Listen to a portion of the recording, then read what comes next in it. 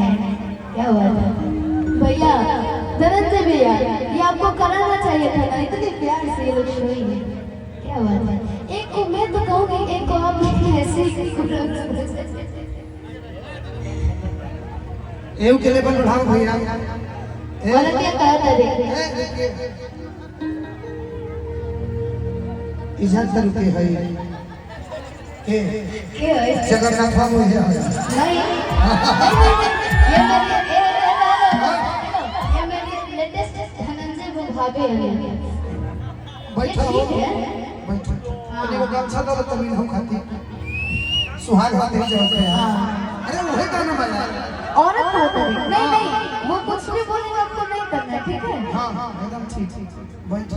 औरत का तरीका ये राजा जी से नहीं कहा, ये अपना भगवान से कहा तरीका, और निहोरा का तरीका जैसे अभी बारिश होता था तो लोग डिस्टर्ब होंगे ना, सबके मोबाइल खराब हो, कैमरा खराब हो, एडिशन खराब हो, तो मेरा ना कहा तरीका भगवान जी ए लाल वाली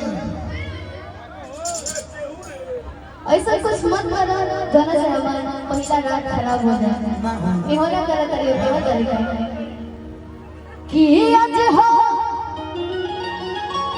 और पहिला मिलनवा, मिलन सजनी के सजनवा, मोरे अंग अंग गुलाब हियन खिलनवा। हे भगवान काहे बरसम कि सुनी सुनी भगवान जन बिहान होखे हे भगवान बरसम कि आज राजा जी के कोडरे जवान हो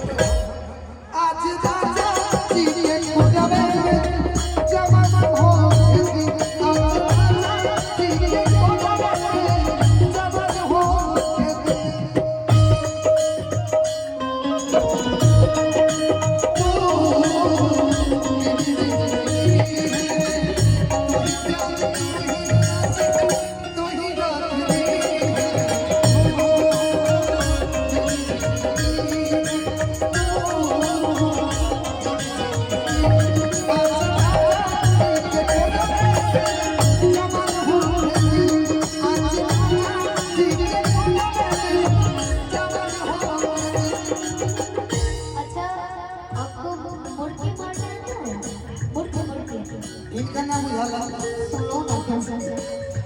लेकिन मैं चाहूंगी भैया कि आप मुर्गी मार दीजिए और इन लोगों को सिखाइए और फिर से नियति मारेंगे। इन नंबर को हम कहां से मारेंगे? ऐसे ऐसे मत करिए आप। अच्छा मुर्गी का और आप लोग जानते हैं ना, ऐसे गोल गोल घूम के ऐसे बैठ जाइए ना। ना हम अलग मारेंगे शिवानी जी, हम अलग मारेंगे। हां